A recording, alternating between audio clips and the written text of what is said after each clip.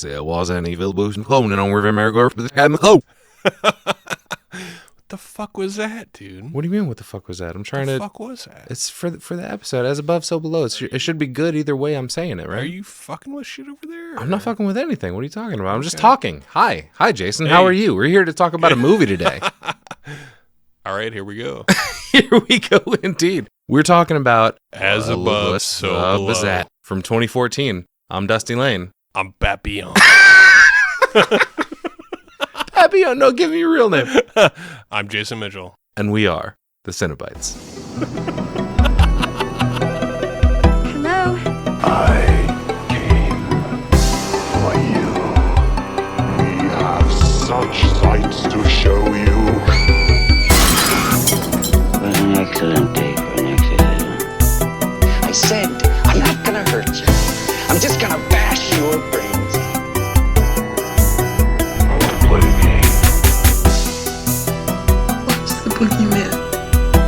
As a matter of fact, it was. This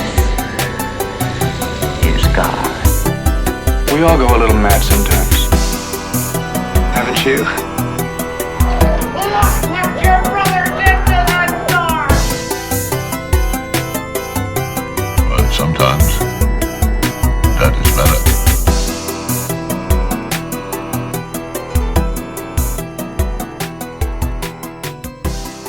No, we're an evil boost. I'm cloning. Hey. I don't know what your deal is today, man, but I'm just trying to introduce listeners to the vibe of the show that we've got today, because we were talking about As Above, So Below from 2014, directed by John Eric Dowdle and written by him and his brother Drew Dowdle. You were talking about this director a little bit. Yeah, so he doesn't have a whole lot, but he's got like 6 other movies. We got 1996, Full Moon Rising. Okay. 2005, The Dry Spell. Sure. 2007, The Poughkeepsie Tapes, which, Ooh. man, if you look that up, that's thrown into one of the like top 10 fucked up most whatever. I've seen that before, and I can vouch for that, yeah. We got 2008 with Quarantine. Oh. Yeah, that is... So okay, correct me if I'm wrong, but I believe that is the Spanish series Rec was eventually turned into the American series Quarantine, starring Jennifer Carpenter, is that correct? Yeah, for sure. Okay, like found footage, zombie stuff going on in that? Yeah, dude, like just night footage. Okay. Yeah, it's cool. 2010's Devil and 2015 for No Escape. I haven't seen those, but okay. I think his catalog's pretty good if you watch some of this. So I can definitely speak for Quarantine. Rec was a lot of fun for sure. Studios involved in this. We've got Legendary Pictures, of course, the brothers Dowdle, and distributing by Universal Pictures. A rating of R, of course. Runtime of 93 minutes. Released in the year 2014. Our setting here is a little bit of Iran, a little bit of Paris, and a little bit of hell. Yeah, France. Our plot, from my perspective here, I'm saying, follow your dreams, not your dad's. And Scarlett fucks around and finds out she's chasing after the Philosopher's Stone, essentially, here. Right. It doesn't necessarily go to her liking. Yeah, no, this was a weird movie. Yeah. Definitely a different vibe than what we're used to, but definitely horror. I had seen this movie before, and I definitely enjoyed it. When you suggested it, I was like, oh, shit. Yeah. Yeah, let's do that movie. Right. Definitely not something that's normally up my alley. So I was more excited than not to do this. Let's run through our cast list a little bit. We've got our main protagonist here, Scarlett, played by Perdita Weeks. George, played by Superstore's Ben Feldman. I've seen him in a few things. Jorge. Benji, the cinematographer here for her documentary, played by Edwin Hodge. And we've got Papillon, of course. Papillon. Good old Papillon, played by Francois Civil. Suxi, played by Marion Lambert. That's Papillon's girlfriend here. Is there something going on between the two of them? There seemed when, okay, spoilers everybody, she doesn't make it. But when she doesn't make it, he kind of reacts more than anybody else. So are we to understand there that they have something a little more going on behind the scenes? Yeah. Okay. And then their little goofy buddy who does shitty Robert De Niro impressions. Zed, played by Ali Marhyar. We gotta love this guy, though, man. I do like this guy.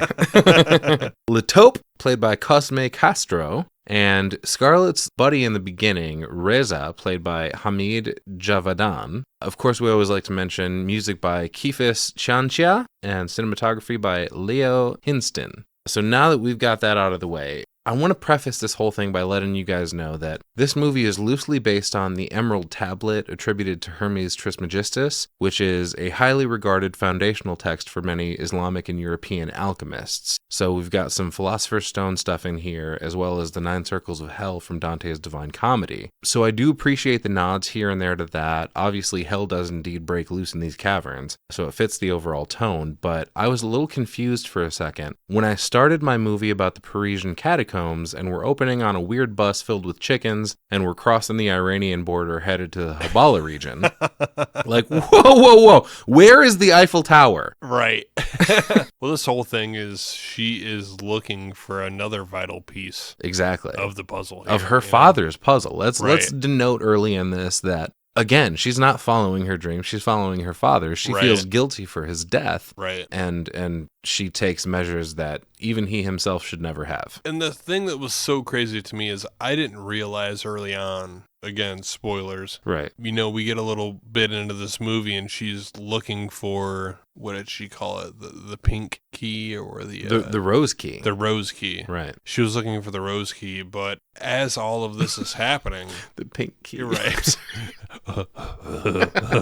As she's coming out of some of the situations at the beginning of the movie, there's somebody hanging by a noose and repeatedly, you know, like not knowing what's happening. You're like, who in the fuck is that? Yeah, many times throughout the runtime of this movie, we either get, there was actually a couple times I missed in my initial watch of this movie. There's a couple of like random nooses that'll just be hanging out somewhere. And you just don't know that. Exactly. That's calling back to, that's what happened to her father. Right. Her father killed himself. Yeah, it's fucking wild, man. Yeah, exactly.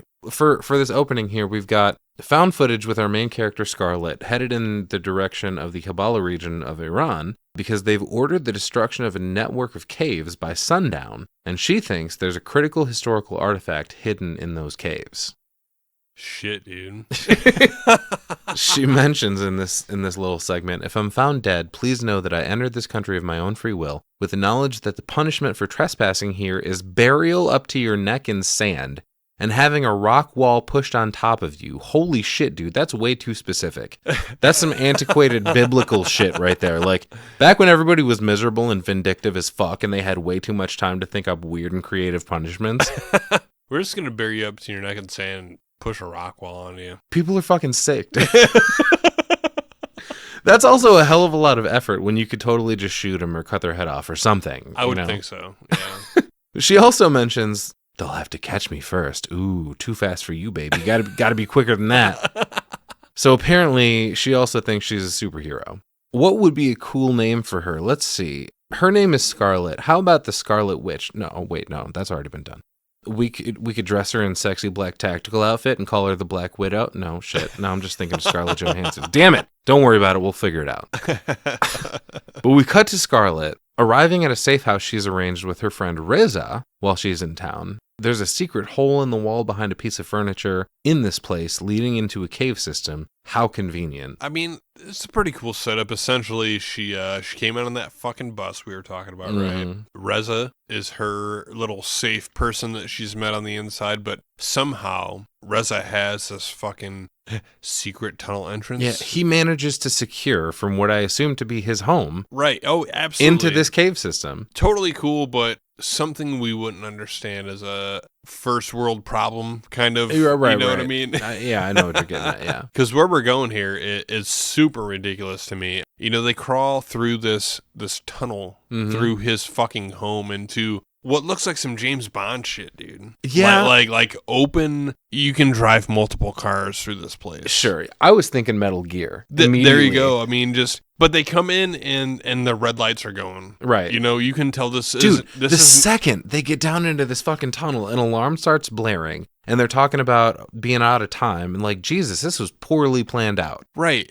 Like, that's what I was getting at. It just doesn't feel like normal tunnel You know what I mean? Sure. Like, the government was like, look at these systems. Right. So fucking crazy to me. Reza takes the reins. He's like, all right, bitch, just follow me. We got to be in and out. The catacombs down here look pretty sweet. There's a bunch of red floodlights all over the place, creepifying it pretty nicely. Oh, yeah. But they almost get caught because she won't turn off her damn flashlight. They see a beam of another flash in their direction, and they just kind of like duck into this little alcove just in time. That's what reminded me of Metal Gear. I'm like, just hiding from all the fucking genome soldiers. You know? Yeah, all those cops being there and whatever. They're just barely out of sight. Right, exactly. Yeah, Reza starts getting nervous. He tells her, look, dude, we're too late. We got to get out of here. And she's like, no, they're not blowing the cave until sundown. I don't know, man. It was looking pretty dark to me. I'd be getting my ass out of there. I'm not trying to be caved in. That's fucking terrifying. Yeah, she's crazy, man. She's like, fuck that. We still have a few minutes. We're not leaving. Fucking okay, lady, whatever you say. But if I don't have like a concrete time in mind, like they're blowing it at 8 p.m., not sundown. Sundown is too vague. Too broad, yeah. You know what I mean? Broad. Like, I'm not going down into that fucking cave if they could be blowing it any fucking minute. Okay, what does who consider sundown? Right. Kind of a thing. So a siren starts to sound in the distance, and Reza tells her to hurry the fuck up. They haul ass out of there once the guards that we were talking about leave, and they pretty quickly find what they came for, which looks to be a stone tablet engraved with markings of some kind. Scarlett starts reading it, but she discovers there's more to it and starts chiseling into it to break some off and bring it home with her, essentially.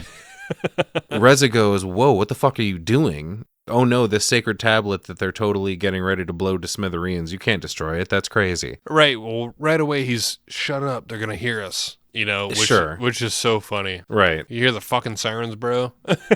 There's a super dumb line right here. She goes, I can't think straight with this thing on my head. And she takes off the camera, but that's just an excuse for the filmmakers to switch up the shot and allow us to see her getting shit done and not have it just be a shitty, blurry nothing of a shot. Right. So I'll let that one slide. But she starts beating the ever-loving shit out of this thing and cracks it open, revealing another space behind it. Oh, damn, what do we have here? Right. And inside, she finds a horned statue with more engravings on it that she calls the Rose Key, like you said. Ooh, yeah. Apparently another piece of the puzzle to unlock whatever piece of history she's after. Too bad it's about to be covered in 1 million pounds of rubble in about a minute and a half. Yeah, she's lost track of time here, man. Yeah. You know? She starts taking video of the entirety of this statue, and Reza's like, look, bitch, I have a family. I'm not about to be buried in here. She's like, no, my father searched his entire life for this. I can't leave until I get the whole thing on camera, which shouldn't take long. Get it fucking done, dude. Right. Yeah. Get the fuck out of there. Here we go. Exactly. So Reza goes, okay, have fun. I'm out. Best wishes. He hauls ass out of there. She's scanning. We hear a countdown initiate. And I don't know about you, but my butthole puckered up a little bit at that. What, the countdown? Yeah, man. That means they're about to do the thing. Right. But she gets what she needs. She goes to run out of there, but then she hears someone whisper her name. What the fuck? Yeah, shit. She turns around and sees her dad hanging by the neck in the middle of this cave. Clearly not actually happening, but it's enough of a distraction to slow her down enough to be stuck in the cave when the explosions start. Son of a bitch. Right. Everything starts crumbling around her. She's running. She continues to get pummeled by flying and falling rocks, dust all over the place, etc. She has the audacity to call out for Reza, even after he warned her that they needed to leave. Luckily, he does hear her, and she does indeed find his head peeking back through the hole they came in. Damn it, man. I was hoping her stupidity offed her immediately. I was going to say she was close, man. But no, I'm a main character. I have plot armor. She manages to squeeze back through, lungs full of rock dust and sulfur. But she gets through. She goes, I got it. It won't look fucking good for you. Reza says, you remind me of your father, but you need to be careful. His quest was a path to madness. She's like, well, my father wasn't crazy. But Reza goes, everyone who hunts for Flamel's stone is crazy. Ah, okay. So we're looking for the Philosopher's Stone. Like, really? I was hoping it wouldn't be something so mainstream and played out, but okay. That's what we're I would say here we are, though. We cut to a little video diary here. Her friend Benji is helping her out filming. She introduces herself. She's a professor at University College London.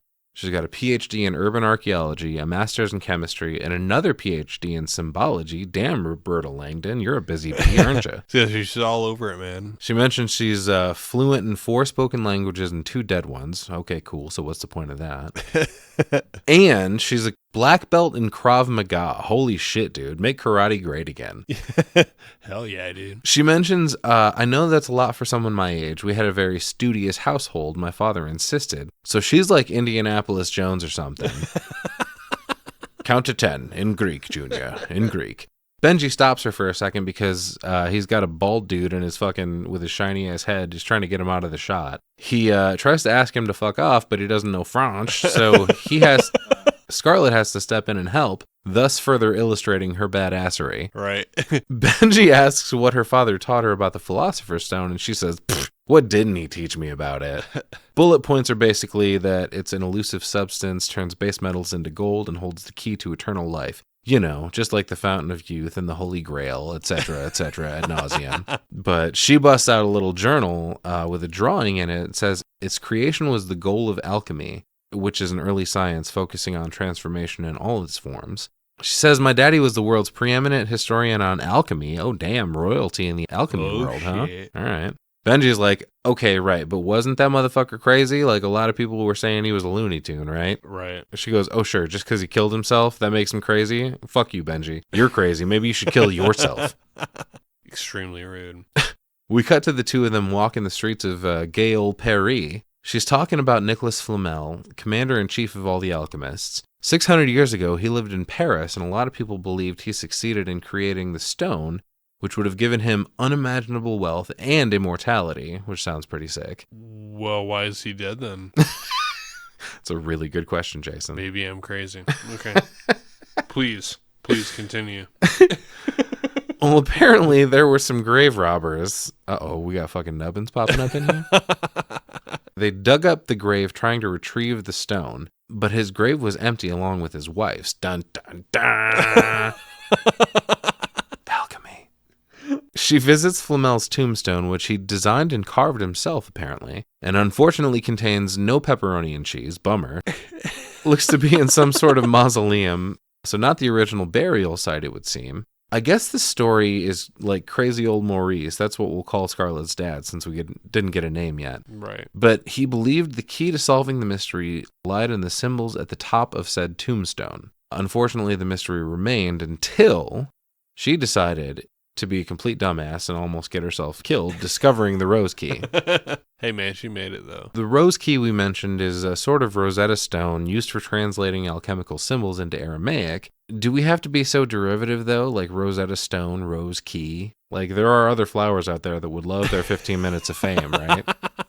Yeah, it's quite a bit, huh? But Scarlett mentions she does not know Aramaic, but she does know a guy who does. Used to. Well, by that, of course, I mean she visits a Parisian church and fucking picks a lock to break into a back room. What the hell? Yeah, it's pretty crazy. She just knows he's there. Right. Well, they climb to the top of a bell tower looking for some dude that allegedly likes to break into places and fix things. Yep, that sounds like our guy. Super likely he also speaks the language of Jesus. But she calls out to some guy named George who is not answering at first. But she goes, I saw your bag. I know you're here. And this dude's just crouching in a shadow somewhere like, fuck, I knew I forgot something. Hi, Scar. How are you? How you been? But yeah, this is our buddy George, or Ben Feldman, or Jonah from Superstore. Love that show. We do the highs and how are yous, and he goes, look, bitch, I don't know what you're into, and I don't want to know. Please leave my church I broke into to fix shit. Can we address something real quick? If he just likes to break into random places to fix things, how in the fuck did she know he would be in this church? I was going to say, very, very random. Super weird. She just knows he's here, you know? Anyway, he tells her to fuck off, and she's like, well, wait a second. I didn't even say anything yet. He's like, yeah, you don't have to. It's going to be a no from me, dog. Right. He already knows what she's up to. She sticks around anyway, introduces him to Benji, explains that he's making a documentary about her search for the stone, and he says, of course he is. Why wouldn't he be? He turns to Benji and he goes, hey man, one piece of advice for you, fucking run. Yeah. Don't be anywhere near her. And I couldn't agree more. Yeah, dude, he says, it's her fault that I was in a Turkish prison for a week. Yeah, get the fuck away from her, man. Yeah, man. But like, I need to know what the history is between Scarlett and George. Like, what, were you guys in like Fleetwood Mac together? What's the fucking animosity about? They were definitely dating. you know? Jesus. She says she needs to just ask one favor, just one tiny little guy. Little baby favor. And George goes, hey, Benji, did you mention the last time I was with her, I ended up in a Turkish prison? And she's like, oh, come on. It wasn't a prison. It was more of just a rinky-dink little jail. Just Come on. a Quit jail. being such a bitch about it. Quit blowing things out of proportion. You know I couldn't let the trail go cold. It was either you or the stone, and I chose the stone. How can you hate me for that? Rude. Yeah. Wow. George says, fuck off, I got a clock to fix, which is when she drops the bomb that she found. Dun, dun, dun. The rose key. And he changes his tune immediately. He's like, oh, really? I bet it was in Iran, right? Did you go there? Did you? And she sheepishly answers, no. Yeah. I totally would never do such a crazy thing. What do you even mean? Okay, maybe. You crazy bitch. He can't believe she went there by herself. You can totally tell they love each other. Right.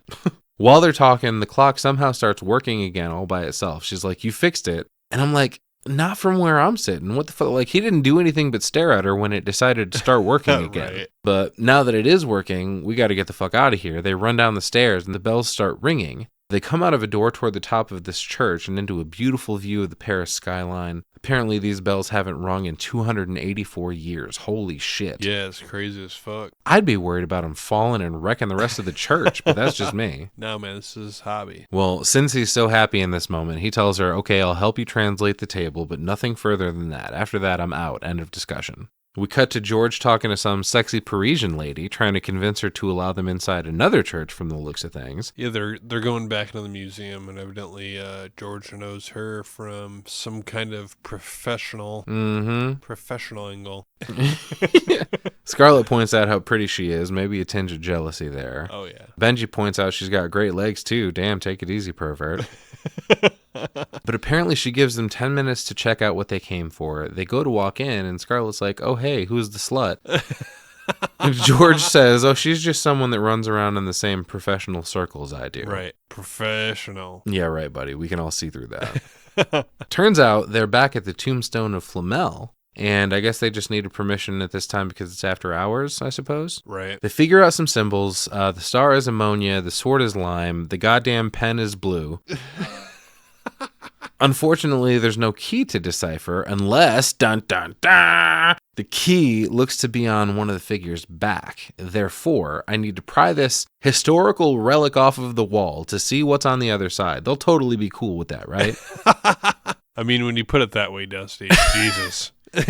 George immediately starts freaking out on her and tells her we need to piece the fuck out. Right. And she starts lifting it off the wall immediately. She's a fucking menace, dude. So, let's break this down a little bit, Dusty. They're associating symbols with everything here. Yeah. And realize that the symbol they're looking for is actually on the top of the tombstone. Right. The sword is the lime. You put the lime in the coconut. Right. So they flip it around, think it's going to be on its back. And this is what really gets me is, okay, we're breaking all this down. All this is kind of making sense until right now. And now she decides that she's got to pour these chemicals on the back of the tombstone and light it up. Oh, my God. Yeah, let me just burn this fucking priceless piece of history. Face down on a fucking bench, by the way. But, like, I wanted to address real quick, like, I've known women like this my whole life. Just do what the fuck they want because that's what they want. They walk all over you. You're left to clean up the pieces. Like, do yourself a favor, George. Follow your own advice. You know she's trouble. Stop fucking catering to her. Just write her off for fuck's sake. But yeah, they lay this historical relic face down on a bench. Surprise, surprise, there's nothing there. Unless, dun dun dun, we get a little fucking national treasure in this moment. She goes, oh shit, of course. Ammonia sulfonate distilled with lime. We just need to mix a couple cleaning products together. And this will totally reveal the next clue we need. And it definitely will not dissolve this whole thing in front of our eyes. Pinky promise. Yes. Okay, here we go. Well, George looks to Benji for help. Like, can you please stop this woman? And Benji gives a very weak, like, what are you doing? Made me think of Willy Wonka, like, oh no, help, police. But she just starts pouring chemicals all over this thing. And is it Benji who says, this is not going to end well? She goes, it's on the back. No one will ever know, basically. Yeah, exactly. So she tells him she needs some matches. Oh, yeah, light those chemicals on fire inside this museum. Great fucking plan. George is still freaking out. She's like, shut the fuck up. It's totally fine. And I will give her When the back of the stone starts to burn, it does look cool as fuck. Bunch of undulating waves of flame on this thing. Right. Suddenly, when she lights a certain area of it, there's a big spark, and lo and behold, it does reveal a passage of some sort. So George is like, all right, that's cool. It's not going to jail cool, but it's pretty cool. They translate it to, winged vulture leads the way, with brightest light and darkest day. Underneath the heavens reign, what is lost shall be regained. Halfway twixt the darkest gate, and this tablet laid atop and parried fate. So they Nicolas Cage this shit and figure it out. Well, there's a night sky on the tablet itself. Darkest gate must be referring to the gates of hell, of course. That's good news. Right. She busts out her dad's notebook. They're talking about the distances between heaven and earth and hell are all 741 feet for some reason. It's all fucking stupid and makes no sense, but apparently alchemists believe the number of the devil, which is the dumbest shit I've ever heard, was 741. So naturally, hell must be 740 feet below the surface of the earth, right? But like, what is a horseshoe? What does a horseshoe do? Are there any horse socks? Is anybody listening to me? What the fuck is going on? Like 741, like according to who? Like, oh my God. Right. It drives According me to crazy. the alchemist, Dusty. Yeah. She breaks the case wide open and says, holy shit, if it's 741 feet to hell, then of course, if we look 370.5, not 370, not 371, 370.5 feet beneath Flamel's tombstone, we'll find the stone. Eureka. Ah, okay. Can I be done with this movie now? Jesus Christ.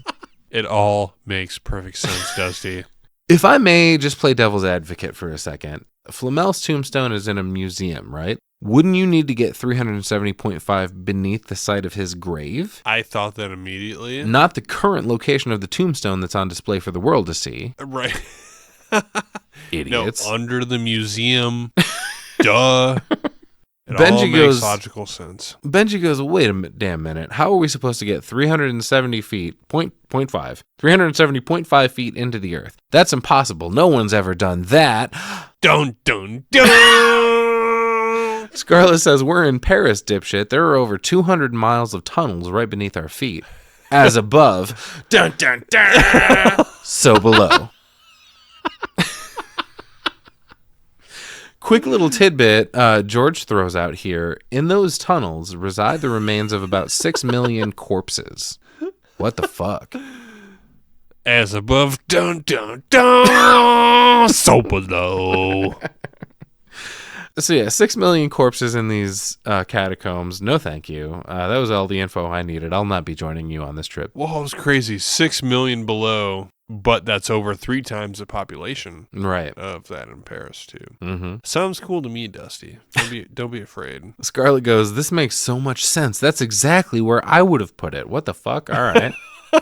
Oh. We cut to a cool little map room where they've got the layout of the streets in Paris on this awesome light up table. And then they overlap it with a map of the catacombs themselves and discover, fuck, the catacombs don't even go over under Flamel's grave. Right. Like, well, shit, what are we going to do now? Scarlett's like, well, no worries. We'll just tunnel in. George is like, through solid reinforced limestone? Yeah, fucking right. Right. That's also when George has another revelation. In the year 1774, about 100 feet of Avenue d'Enfer Rochereau was swallowed up by the city. A couple of years after that, it happened again, but at Barrière d'Enfer. And then, you're not going to believe this, guys. There was a third collapse at Rue des Innocents. But like, Jesus Christ, that city is a hungry boy. It's like Pennywise returning every 27 years or whatever to swallow up another part of it. Like, oh no, Paris is back. She's got a hankering for some more concrete and bikes. All of it just sounds kind of crazy to me in general. So we ran out of area upstairs to bury the dead. So we just gonna go downstairs and bury him down there. But eventually, you're gonna run out of room. Sure. You know, that's what's so strange about the whole, like, I don't know. I feel like you need to look into this a little bit. What's the logic in this? We'll just bury him. You're just trying to get the smell out of the city. Right. It just sounds crazy to me. Oh, well, I'm just thinking of the poor fucker that got caught in all 3 street collapsings. You know, like, Sacre bleu, I cannot believe this. It is the third time I've moved in the last 6 months. I am le cursed. I just know that there's a little bit of truth to some of this, and there are catacombs, and it just sounds really cool, you know. But looking at this movie, you know, you're like, right, oh, treasure. Well, I'm just thinking, like, you know, there was somebody, like the guy that survives Hiroshima and moves to Nagasaki for a fresh start. Like, are you fucking kidding me? I got bombed out of Hiroshima and then I come to not gonna live here anymore. That's for sure. But any dang way, 3 streets collapse in Paris. Benji has his little Sherlock moment, and he says, "Hey, wait a second. Why would the street collapse if there was nothing but solid ground beneath it?" George goes, "That's an excellent question, Benji." "No, it's not. Secret tunnel. Well, that wasn't a part of your story. You just said the streets collapsed. There was nothing about what might have been under them." Right. So, shut up, Benji. Scarlett's like, "All right, sick. There's a hidden chamber. We have to get down there." And George is like, "You didn't say the magic word. You have to get down there. I don't do underground, remember?" Dun, dun, dun. She goes, "Oh, fuck, that's right. Silly me. I forgot." We cut to a fun historical tour, and this lady is telling people that by the end of the 1700s, people were complaining about the horrendous smell of rotting bodies coming from the overcrowded cemeteries. Something had to be done. I know. Let's dig tunnels under the city and stash them in there. That's not creepy, and it'll give people super easy access to visit their dearly departed loved ones. I mean, sounds cool to me, dude. Catacombs, bro. We see Scarlett and Benji entering a tunnel with a warning above it that says in French, "Stop, this is the Empire of the Dead." The Dead. Which, knowing we're drawing from Dante and the Divine Comedy, this reminded me of the line from Dante's Inferno, "Abandon all hope, ye who enter here," which appears above, dun dun dun, the gates of hell. Right. Yeah, about an hour from now. Well, the sign above this particular doorway reminded me of that before we get the reveal of the actual, because that quote is verbatim deeper in the cave system. Yeah, even this was bringing me to that same place. Yeah, we get a whole bunch of fancy shit that fell through. Right. Is that what's going on? Is it supposed to have fallen through from up above? Some of it, sure. As above, so below. So this tour guide lady mentions this is the largest crypt in the world with 6 million bodies housed in the catacombs, which is 3 times more than the entire population of Paris. Holy hell. Yeah, that's crazy. And that's realistic too, you know. And just with that information, Benji's already done. He wants to leave. I'm very interested in all this because this is real. Yeah. Like, this is all real, but yeah, those numbers are fucked, dude. Scarlett reads another engraving in French. This one is paraphrasing a Bible verse, which is 1 Corinthians 15:52. "At the sound of the trumpet, the dead will be raised." Fuck, man. Exactly what I was worried about. The city would be outnumbered 3-1 in that scenario. You don't have any trips to Paris planned, do you? Dawn of the Dead, dude. They find a specific area of these catacombs that house the same remains from the cemetery Flamel was buried in, meaning at this location, they're about a half a mile from their goal. But it's a half a mile through a bunch of rock. Sounds to me like you're not finding this fucking stone. Well, kind of rock. It's almost crazy that how they had this blocked off was like bones. Mm-hmm. You know? Everything about this is just crazy as fuck. Everything looks crazy down here. All the Just skulls everywhere. Fucking right. It's fucking nuts. Mm-hmm. Scarlett says they have to get into the off-limits areas of the catacombs. Oh boy, how will we ever do that? And then right on time, there's a random Frenchman that tells her, "Oh, just go to the club called Le Showcase," which is French for the showcase. And he tells her, "Ask for Papillon." Yeah, Papillon. Okay, no, nope, and no thank you. Even from the way this dude is sitting here, I can clearly tell he's a ghost about to tell her, "You can check out any time you like, but you can never leave." Right. He's just sitting on this fucking rock, scribbling some shit into a notebook. Where the fuck did you come from, my dude? Right. And where did he go to? Yeah. Oh, is this guy Cotton Eye Joe? Yeah, like right when this is happening, the other, like, I guess, tour guide comes back and says, "Oh, you're falling behind." Exactly, yeah. After Right. their little exchange, the tour guide lady freaks out like, "Yo, I'm not trying to get fired today. Please come back to the group." Right. And of course, they turn around and little French Delbert Grady is gone.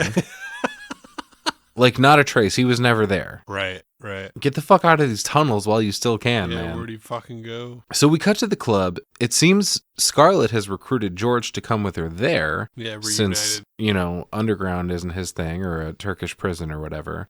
Sorry, jail. But we got some Euro pop techno going on in Le Showcase. There's a couple of bouncers that look like they don't want to let the newbies in, but Scarlett asks for Papillon. Meanwhile, there's a really weird interaction where Benji films this lady in a white dress walking by. Right. Completely dead eyes. She looks right at the camera. He turns back towards Scarlett for literally 1 second and then decides to check out the hot girl again. And when he turns around, she's walking like 30 yards away. Like, there's absolutely no way she could have gotten that far that fast. Right. Now we're in the club, we're dancing, we're asking around for Papillon. There's a girl that points her in the right direction, and as we're looking, there's a shot through a window in said club that reveals that same hot chick walking by outside watching them. Yeah, color white dress. Yeah. So Scarlett finally finds Papillon and tells him she needs to get into the catacombs. Those catacombs. See how Catacombs, girl? They have a little rat-a-tat here, and he goes, do I look like a tour guide? She goes, do I look like a fucking tourist? And I'm like, I mean, yeah, kinda. Slightly. He says, why would I want to bring you down there? What's in it for me, basically? And she says, we've discovered a secret tunnel that no one else knows about. And he says, no way. If it was there, we would have found it. She goes, no, it was designed to be invisible, stupid. Besides, it's filled with treasure, you silly French club pirate. It's treasures. I know you like treasure. Of course. Who doesn't like treasure, Dusty? Papillon looks at George like, is this bitch for real? Papillon. Finally, he says, okay, if this is true, can I have half? And Scarlett goes, you can have it all. That's not what I'm looking for. And George pipes in and he's like, whoa, whoa, whoa, hey, shut the fuck up. No, she's talking nonsense. Half is fine. We'll go half. Half is good. And Pappy finally agrees, and we cut to a spelunking gear-up montage. I already don't like where this is going, man. Tight underground spaces really aren't my thing. No, that's definitely what this movie feels like. Everything switches here. Yeah. We kind of go from a documentary to a found footage thing with how everybody gets their cameras on their head and stuff. And it's a big flip, but it's a good flip from the movie. Yeah, our little gear up montage here. Papillon tries to toss George some gear, and he goes, oh, no, thank you. I'm not coming. And Scarlett says, oh, yes, he is. Bitch, what in the fuck did I tell you? Did I say there's a petting zoo in the basement? No, there are ghosts downstairs, Arthur. I told you, I don't do underground. Yeah. There are ghosts downstairs. She tries to convince him anyway because she needs his help, and he's like, look, just text me whatever you find down there. I'll be your guy in the chair topside. Yeah, right. Well, Papillon says, no signal. Exactly. Yeah. No nothing. shit. Your cell phone's not going to be worth shit down right. there. But take a second to meet my team, he says. This is Zed, our climber. I'm sorry, aren't you all climbers in this case? Climbing where? We're digging. Then he says, this is Suxi, the Banshee. What the fuck does that mean? What do you mean, Banshee? It's his girlfriend, man. I don't know what Banshee means, so. I don't know exactly what her deal is, but the second she shows up, she's arguing with Papillon about something. Right. And we cut to Benji trying to get the dirt on the team here. He asks Zed how he knows Papillon, and he says he's his friend. They grew up together. Benji asks how Pappy got the scar on his hand, but we don't talk about Bruno here. No. He asks Suxi what dangers we might face in the catacombs, and she's like, well, if you run out of batteries with no flashlight, you'll die. If you run out of water, you'll die. If you get hurt, you'll die. Right. Basically, you're already dead. So, okay, cool, let's go. Zed chimes in and says, oh, there's also police, bats, rats, claustrophobia, drowning, bugs. And then he does a god-awful impression of Robert De Niro for absolutely no reason. Literally the worst fucking impression of all time. Think? Oh my God, are you kidding me? He does the face, the face. Yeah. And then he just goes, fuck, man, fuck. Like, literally 0 times have I seen Robert De Niro say that. Papillon starts beatboxing for no reason and tells Zed to rap, and the extent of his rap is, yo, yo. Jesus Christ, man. Yeah, like, what are we doing? bad. Can we get to this fucking cave, please?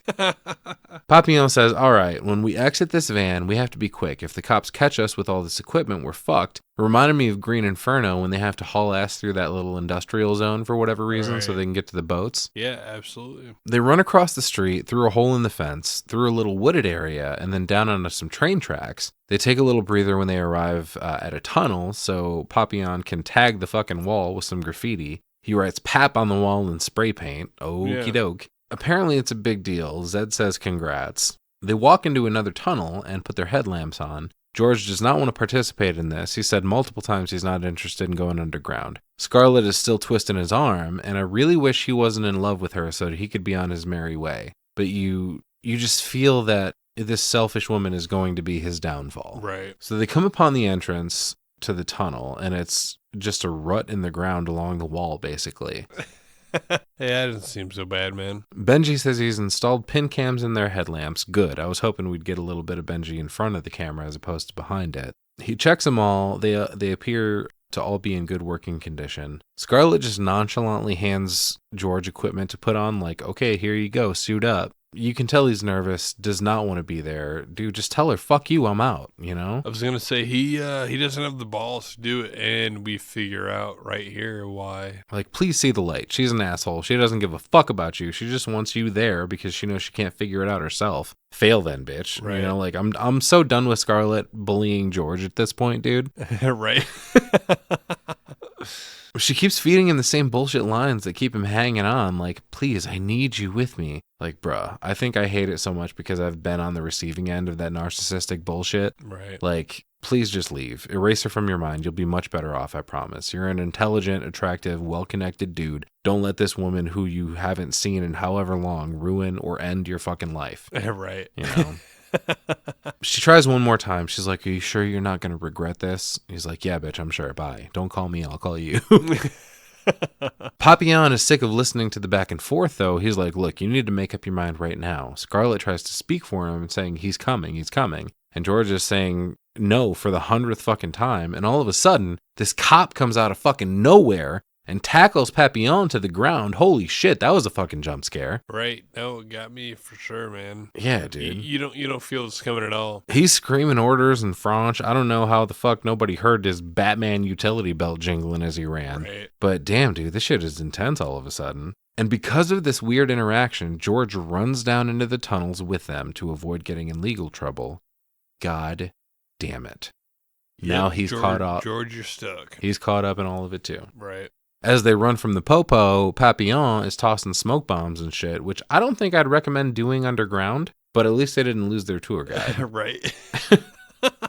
Pappy says they need to scope out ahead and make sure it's all clear. Then we just get a minute of everyone saying each other's names. It's a weird moment where I guess they're all like checking on each other, but it's like a minute straight of fucking Zed, Suxi, Benji, George, Loretta. Benji says, oh, hey, George, I have a headlamp for you now that you're fucking stuck down here with us. Right. Scarlett sticks her grubby fingers in there to help, and he's like, please fuck off. Like, I need you to get away from me. He walks away, and Benji thinks it was something he said somehow. That's when Scarlett drops the news that George's little brother drowned in a cave when they were younger, which I guess is the age his brother stayed. Fuck, man, that's rough. Right. She goes to check on him and says, hey, why didn't you ever return my calls from Turkey? And he's like, I don't know, maybe because I ended up in fucking prison jail or whatever. Like, I ended up in jail, asshole. Fuck you. Of course I didn't return your calls. She apologizes for leaving him there, and he's like, sure. She says, I'm really glad you're here. Cool, that makes one of us. He says, I don't care. I'm not here for you, Scarlett. I agree to be your translator. Give me some shit to translate. Otherwise, I'm fucking out. He says, I didn't want to come down here, but here I am. And then we fucking, Papillon comes running back in, and he's like, the police will never catch Papillon. Yeah. Fucking O'Doyle rules. They finally start moving through these tunnels. Pappy kisses yet another one of his signatures on the wall as they pass. He goes, that's me, the classic Pap. Ah, yes, the Grand Pappy, if you will. Oh, Pap.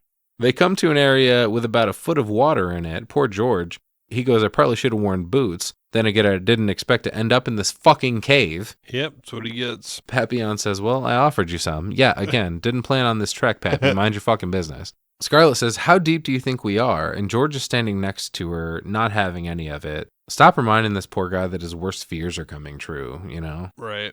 They finally figure out where they are in the tunnel system, and they wade through some more knee-high water. They make their way to Rue Bizou. Pappy says there's a really cool room through this tunnel here, but you got to swim through it to see. And yeah, I think we'll pass, Papster. Maybe next time. The Papster.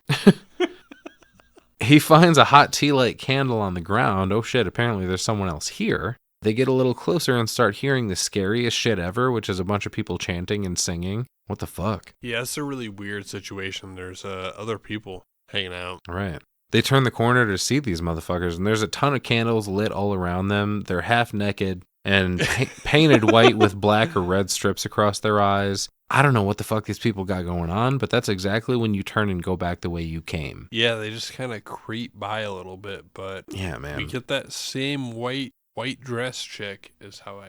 She's like the gang leader here. Right. Yeah.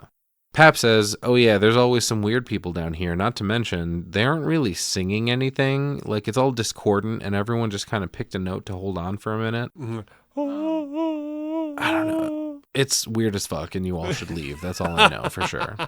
Hell yeah. They look back, and there's a bunch of ladies with their titties out, except for the two up front, who seem to be maybe an initiate who's about to get her titties pulled out for her, and then dun dun dun, the girl from the club last night, who seems to be leading the charge. Benji gets a good look at her, and she shoots her head directly toward him at that moment. Creepy.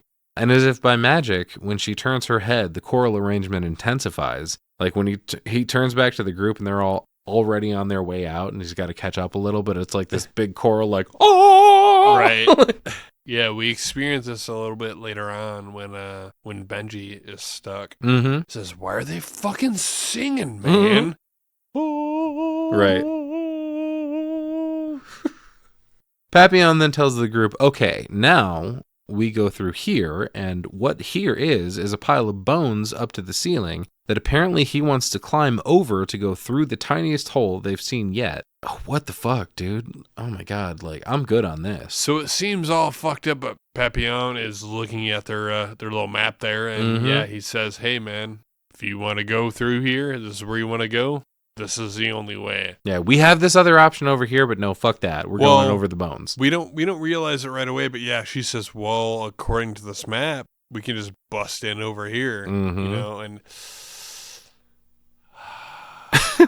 Benji seems to be the most opposed to doing, like, climbing over the bones. He's like, I'm not fucking doing this. Papillon's like, yes, you fucking are. Benji's not fucking into it. Which is when George steps over a line and he's like, well, some tour guide you have here. And Pap is ready to put the fucking gloves on, dude. He's like, what the fuck did you say? You can get a tour guide if you want to go find one. That's not me. I'm not telling you, oh, look over here, look over there. If you want to find your fucking treasure, we have to climb these fucking bones. Right. You can pay somebody else $20, you little son of a bitch, to get some little tour guide through here. But if you want to do this, my name's Papillon. Well, that's when Scarlett chimes in. She's like, well, actually, Pap, I just checked the map, and this direction over here seems a little better. It's a more direct route, but Pappy answers back with, well, sometimes the wrong direction is better. What the fuck is that supposed to mean? Seems kind of mysterioso, don't it? It does, for sure. He goes, nobody uses this corridor. It's a bad place, and as in, people who go into it don't come out. But while we're on the subject, that thing was blocked off all the way up to the top. There was just a little hole on top that was actually cleared. They had to bust through it to go through. Right. So she goes, what the fuck are you talking about? Some urban legend or something? This could save us hours off our time. He's like, listen, bitch, you think just because you read something in a book, you know it? Like, that shitty little map you got isn't going to tell you anything. He's like, do you know which tunnels are filled with water? Do you know which ones are collapsed? Do you know which ones are evil? Right. Papillon knows. Yeah, Papillon. You call Papillon, I'll tell you what I know. Papillon. Yeah, he's pretty much sick of her shit, you know? But Yeah. at the same time, it's almost kind of funny because he doesn't know enough either. Well, Pappy starts getting kind of loud with Scarlett, and George comes over and says, hey, stop yelling at my girlfriend. Papillon's like, look, we had a friend named Le Taupe, which is the mole in French. He lived down here for years. He knew every corridor except this one. He knew there was something horrible down here. There was something evil, Dusty. But eventually he had to see what it was, and no one ever heard from him again. So if you want to see what it is, feel free, but not with me. Papillon climbs the bones. Yeah, right. Suxi and Zed agree and walk away with him. George reasons with Scarlett and says, these people have been down here before. We haven't. Right. He's like, if that rock is down here, it's been down here for 600 years, and I think it can wait a couple more hours. We should listen to them. Thank you, George. You and Papillon are the real ones. I appreciate you. George. Benji goes, wait a minute, y'all. These are human bones. Oh my god, no fucking way. I don't know, that doesn't bother me so much. They aren't arranged into skeletons. Like, they're not attacking you. As long as you don't get cut, I think you'll be all right, right? I would think so, yeah. But Benji's not feeling it. He's like, let's just go. Screw your dad. Screw the Philosopher's Stone. Screw immortality. I'm just trying to live another day. Fuck forever. But Papillon says, okay, demonstration time. Watch Zed, the way he crawls. Use all of your arms and legs, like climbing. By the way, there are rats under the bones. And here we go, round 2. Benji's done all over again. He's like, are you fucking serious, man? Rats? Yeah, dude, he's not happy. He's pissed. He's down in the catacombs, Well, while he's freaking out, Zed starts screaming when he's trying to climb through the bones. Like, what the fuck, dude? You good? Like, what's going on? Turns out he was just pranking everybody. Real cool dude. Fucking shitty rap. Terrible Robert De Niro impression. And now shitty fucking ill-timed jokes. I hope this dude fucking drowns. Everybody laughs but Benji for some reason. Everybody crawls through the hole. We hear some more choral singing in the distance. And then poor Benji gets stuck. And there's a super intense scene if you're claustrophobic. We linger here for a minute with the camera in his face. Personally, I think he's doing a great job of keeping calm, even though he says he can't breathe. Right. No, he's fucking flailing around. But that's what I was going to say. I spoke too soon because he starts yelling at Scarlet, just fucking go. And then he's hearing the singing getting louder, and he's lashing out irrationally. Like, why are they fucking singing this song? Tell them to shut the fuck up. Like, Benji needs a timeout. He goes, Scarlet, you just got to get out of the fucking way. She's trying to reason with him, like, okay, you got to move back a tiny bit to unstick yourself, and he's not hearing it. You know what I mean? Right. He's like, I think something bit me right around the time we hear a rat squeaking.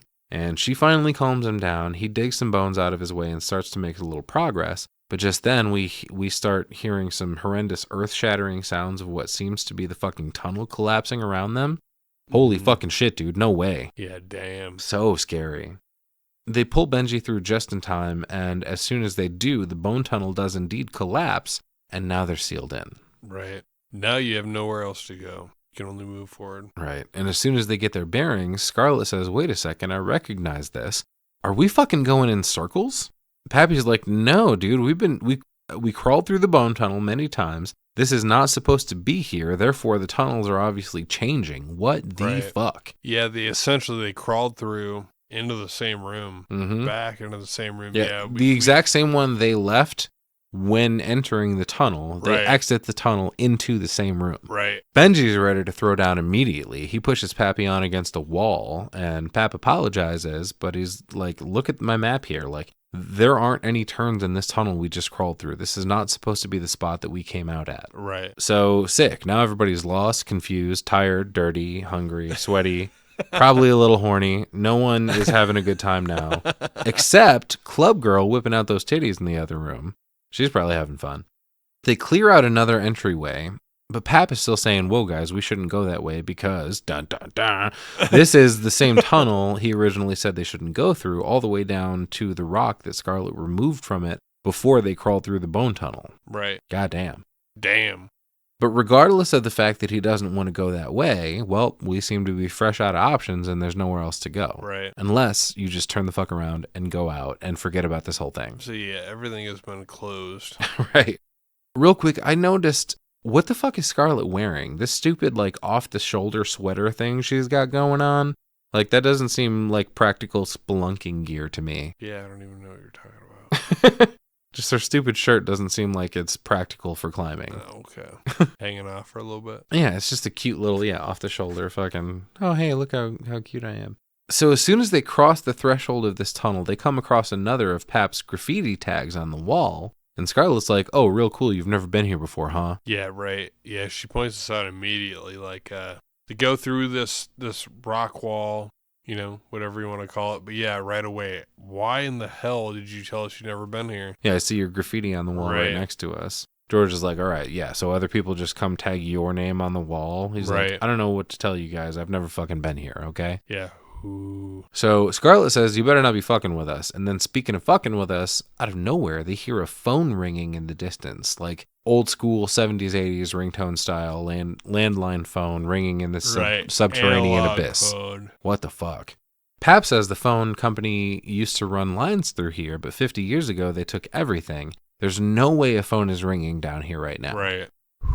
Something about that fucking phone, man. The way that phone sounds, back through that old, it just, everything. Oh. It's creepy for sure. Yeah. So unfortunately, they have no choice but to continue. George sees something he recognizes. It's a marker letting them know that they're currently under Barrière d'Enfer, one of the streets he was talking about having collapsed before. That's good news. Right. Hundreds of people fell to their death right here, Pap says. That's right, not to mention that when they sent people to fix it, apparently 50 more disappeared. Yeah. Around a corner, Scarlett sees a random piano hanging out. How in the fuck did that get down here? Benji says maybe it fell when one of the houses collapsed. All right, solid logic, but I doubt it would be in such good shape, man. Like, Yeah, what the fuck? it's pretty dusty, but otherwise there's not a scratch on it. Right. George says, hey, wait a minute. When I was a kid, we had a piano that looked exactly like this. Danny, my little brother, and I used to play it all the time. We only knew one song, My Bonnie Lies Over the Ocean, but we could never finish it because the A4 key was always fucked up. And wouldn't you just know it, the same fucking key on this random piano in a Parisian cave is also fucked up. Right. George is officially tripping now. Yeah, he's finally freaking out. I think everybody's really freaking out. I was freaking out. Like right away they said, what the fuck is happening? You know? Papillon is like, I hate to say I told you so, but we shouldn't be here. Right. They decide to keep moving and they hear the phone ringing again. Scarlett goes to track it down. They all run after her, of course. They start getting closer and eventually find it. There's about an 1.5 inch thick layer of dust on it, and Scarlett, for some reason, picks it up, and a male's voice is on the other end of the line. Why won't you talk to me, Scarlett? Yeah. This male's voice starts groaning and she hangs up. Just then a different male voice says from within the room, you shouldn't be here. Holy shit, it's fucking Latope popping in around the corner. Right. He says, none of you should be here. You never even came to look for me. Holy fuck, guys. This is a vengeful ghost, clearly. You're all done for. Fucking turn around and go back the way you came, please. Yeah, he's pissed off. He goes, Suis avec moi. Follow me. And once again, as soon as he disappears around the corner, suddenly he's 50 feet away. No way people are traveling this fucking fast, man. You know? Right. George asks Pap to confirm that's the guy that went missing 2 years ago. Indeed it is. And as they follow the mole, the ceiling above them starts cracking. Holy fucking shit. They duck into another tiny tunnel, and Scarlett goes, how can he see down here? You've heard of albino cave people before. Like, he doesn't need to see. He feels his way around, you know? Albino cave people. Yeah, man. Like The Descent. Remember Oh, that yeah. old, little like race of people down there? Little cement people. They come to another little hole, and Latope says, the only way out is down. Yeah, it's down. Yeah. And this is where I kind of knew that everything was kind of fucked. Because all of a sudden, if you want to go out, you got to go down. That sounds ominous And then as all fuck. of a sudden, it's all wells. Right. You know? They go into another little room, and there's a deep well covered by a bunch of planks they remove. That doesn't look like a way out to me. That's got to be like the 4th or 5th circle of hell, right? Right. But Pap drops a rock in there, and it takes a solid 4 seconds to reach the bottom. Which might not sound like much, but falling at terminal velocity for 4 seconds ain't no fucking joke. Like, it's probably around 70 feet, I would wager. Right.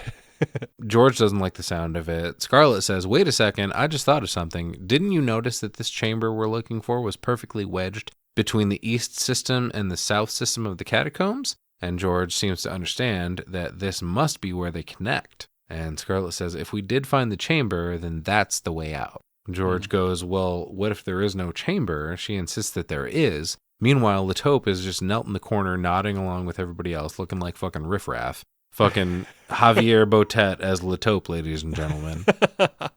So they rappel down this fucking thing. Scarlett reaches for the bottom. George, for some reason, gets stuck. And then Scarlett tells Benji to go ahead and start his descent while George is still hanging out halfway down the tube.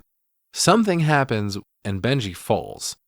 You think he's going to crash into George and they're both going to fall. But he somehow manages to stop just before hitting him and starts complaining about his hands. Yeah, dude, that rope burn's got to be pretty fucking severe that he just got. Yeah. He's yelling that the clip broke. He's like, I don't know what happened. He's freaking out again. Poor Benji, man. I feel like he's getting the worst out of this little excursion. And he's just the cameraman. Right. We cut to everybody together again at the bottom, and Scarlett is just finishing bandaging Benji's hands. God damn, there looks like there's a lot of blood on this wrap she puts on him. No, they're totally fucked. I mean, Yeah. how can you really explain? Like, you know? if he doesn't get stuck or crushed, He's probably going to die of fucking sepsis at some point or something. Yeah. His hands getting infected. But George is asking about Benji, making sure he's all right. And Scarlett is updating them as they walk. Suddenly, George falls into a little bit of water. When he does, all of a sudden, nobody can hear shit, as if they're all underwater. Like, everything is muffled. Yeah, there's something about this, like, cavern. Yeah, while they're standing around trying to figure out what the fuck this sorcery is, all of a sudden their hearing comes back, and to boot, now there's a terrible grinding and rumbling. Sounds like a giant bell somewhere may be ringing. Right. I'm pretty sure there's a scream in there somewhere. It went from extremely quiet to extremely loud in no time flat. Right. We're running again. Whatever lights they're using are flickering like crazy. There are a bunch of exclamatory sounds, screams, screeches, wails, coming from seemingly everywhere, human or otherwise. And an alarm starts blaring. And one of them turns around to see a little black-eyed child standing behind them. That's fucking spooky. Mm-hmm. I think this was George's brother Danny. Oh, okay. Yeah. So everything stops suddenly. Everyone's asking, what the fuck was that? Latope pipes up and says, the question is not what was that, but who is that? All right, you vague bitch, who was it? George asks Papillon how long he's known this guy, and he's like, well, I don't know if this is the same guy or not. He's different now. Right. And George goes, should we be following him? Likely not. Pap says, I'm not really fucking sure, but don't have much of a choice, really. Souxie finds a door, like a real-life, honest-to-goodness door, but it's a dead end. Pap starts screaming at Latope in French, and Zed calms it down. But George finds a carving on the wall of a bird and calls Scarlett's attention to it. And he goes, oh, hey, winged vulture leads our way in with brightest light and darkest day. Brightest light and darkest day. We're calling back to the poem that we figured out from the Flamel tombstone earlier. Right. Apparently, the bird's head is pointing to another carving on another wall of a scarab. And all of a sudden, Scarlett's like, ah, yes, a Ptolemaic hinge. Everybody knows that. Of course we do. You know, like... We obviously all know. Everyone's heard of a Ptolemaic hinge, right? Right. Come on, man. Right. Papillon is like, will someone please explain what the fuck you're talking about? Scarlett explains that it's basically a riddle. Ancient Egyptian padlock, if you will. You have to take the exact right stone from the exact right place, or the ceiling will collapse on you and kill you. Awesome. Let's do it. Dun, dun, dun. Scarlett and George are trying to puzzle out which rock to grab. And they're like, all right, so there were 6 planets, only 6 planets discovered at this time. Hey, was the room built before or after Copernicus? She says before, which means they thought everything revolved around Earth, which means the Earth didn't count as a planet at the time, but the moon did, and so did the sun. So, okay, 7 planets, blah, blah, blah. Jesus, fuck, let's get on with it. Yeah, damn. They deduce that there are 7 planets according to whoever built this, and lo and behold, there are 7 stones stacked on top of each other. Exactly. George says, hey, everybody, we're about to move one of these bitches. Stand way the fuck back, he says. Good advice. They pull out what looks like the second highest one. And, of course, everything starts a rumbling, but not to cave the ceiling in. Instead, a stone door nicely rolls out of their way. So now we're officially in Indiana Jones territory here. Yep, absolutely. Scarlett is wrapped up in the awe and wonder of the moment, and she says, George, this is the first time someone has shined a light into this tunnel in over 500 years. Dun, dun, dun! Sick. George insists it must be a way out, but Papillon is like, guys, the treasure. The treasure. It has to be in the treasure. Scarlett fucking dives into this tunnel. She calls back to George, oh my god, you have to see this. Everyone else comes into this new room, and there's just a fucking Templar knight laying dead on the table. Jesus Christ, dude, are you serious? Speaking of Indiana Jones, I'm rolling my eyes hard at this one. There's just a fucking Knight Templar dead on the table. Just a dead body, not decomposed. Yeah, he looks unbelievably well preserved. Like, It seriously looks like a body in a casket at a showing, and this dude has not aged a day in 500 years. So on the wall next to this dude, they see inscribed the word vitriol, which either means cruel and bitter criticism, or sulfuric acid, depending on who's using it, but it's also apparently the motto of alchemy. Turns out it's an acronym in Latin for Visita Interiora Terrae Rectificando Invenies Occultum Lapidem, which of course means Visit the interior parts of the earth. By rectification, thou shalt find the hidden stone. Holy shit, boys, I think we got it. Yeah, goddamn.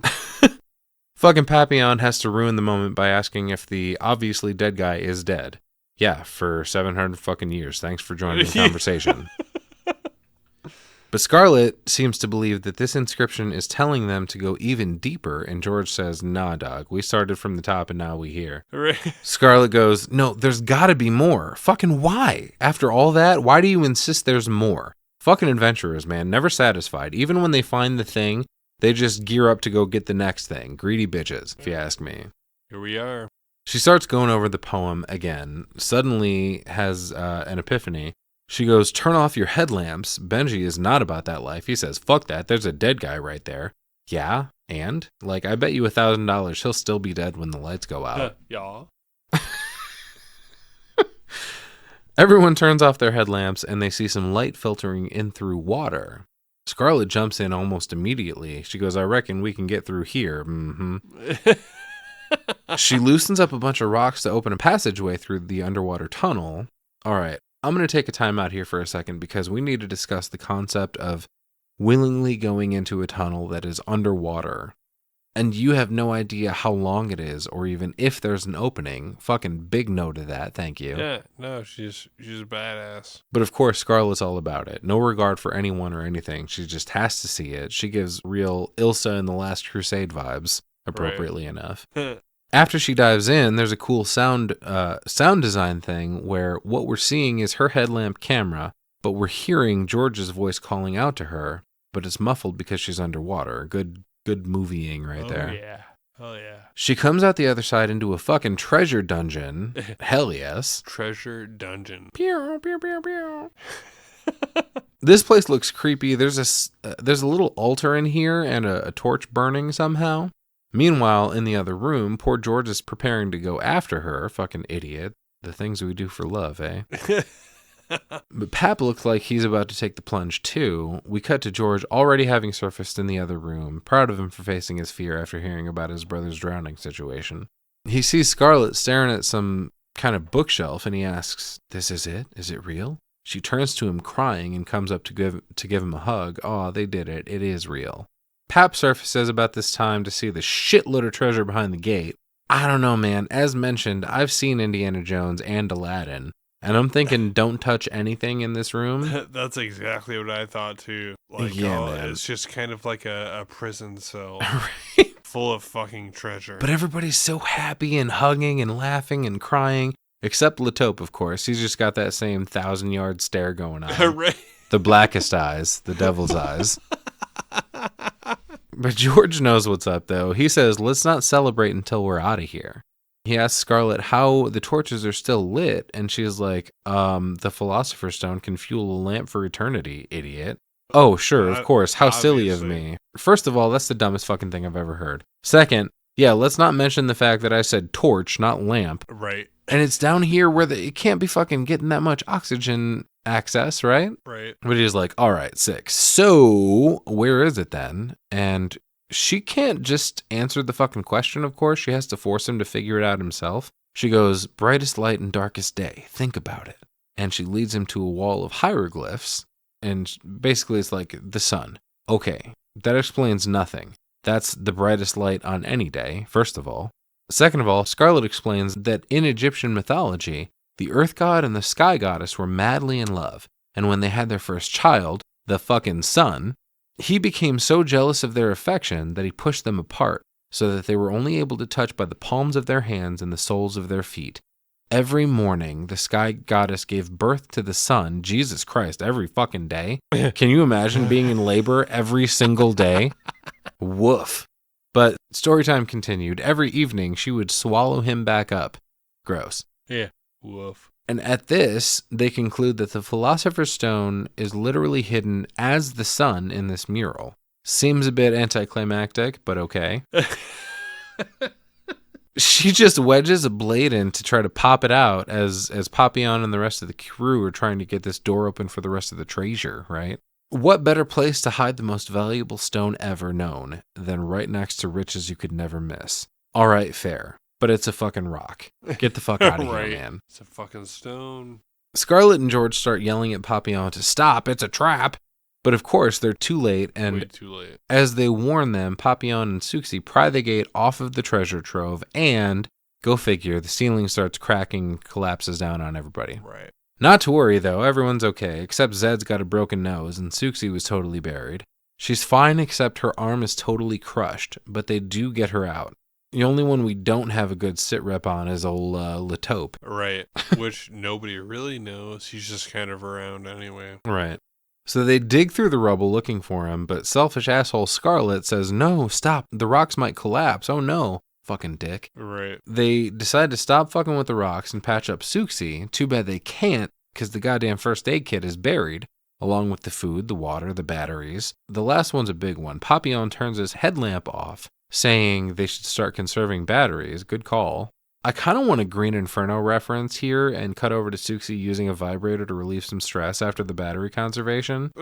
Like, it gets quiet all of a sudden and you just hear... Right. Like, what? I'm relaxing. I'm very stressed out right now. You should do the same thing. Right. But as it stands, they have no way of helping Suxi out. They tell her to just hold her arm up to stop the bleeding. And then the most ridiculous thing in this movie happens. Strap the fuck in, boys. We're freaking out because we can't help Suxi. No first aid kits, no nothing. Except Scarlet remembers she has the Philosopher's Stone. Ooh. Voila. She comes over and fucking scrapes some of the rock off onto Suxi's arm and holds it there for a few seconds. And wouldn't you just know it, when she pulls her hands away, Suxi's arm is magically healed like nothing ever happened. Right. Give me a fucking break. Magic rocks. Hallelujah. Yes. Scarlet and George change the subject and reassure everyone by saying, well, no one ever built anything like this without some sort of back door in case it collapsed, so they'd always find a way out. So there's got to be something. Everyone starts looking around. Back door. Stop it. Nobody finds anything except some bones until Scarlet looks on the ceiling and finds what she calls the Porta Alchemica, the door to the mystical. I don't know. You're healing people with rocks. I think you might have already walked through it. Yeah, right. Papillon is like, oh shit, a door, you say? She's like, well, not literally, you fuck. I have used the stone on it, obviously. And Scarlet drops the title line here, as above, so below. That phrase is believed to be the key to all magic. Fucking according to who? You know, for someone that's usually so into the adventure and like fantasy aspects of movies and series, for whatever reason, when I hear people talking about this stuff in this movie, it just pisses me off. I don't like. As above, so below, Dusty. Maybe it's because it's found footage, so supposedly it's more realistic, but we got healing rocks and magical mystica jula bippity boppity bullshit. Like, man. All right, so this inscription Scarlet is reading off. So As above... So wait a minute. Okay. You just love Harry Potter, but you hate this. I don't love Harry Potter. Stones, Dusty. I don't love Harry Potter.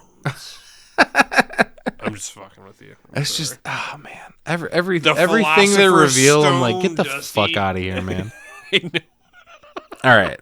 So this inscription Scarlet is reading off. She goes, as above, so below. What is within me is outside of me. As it is on earth, so it is in heaven. As I am, so are my cells, so are my atoms, so is God.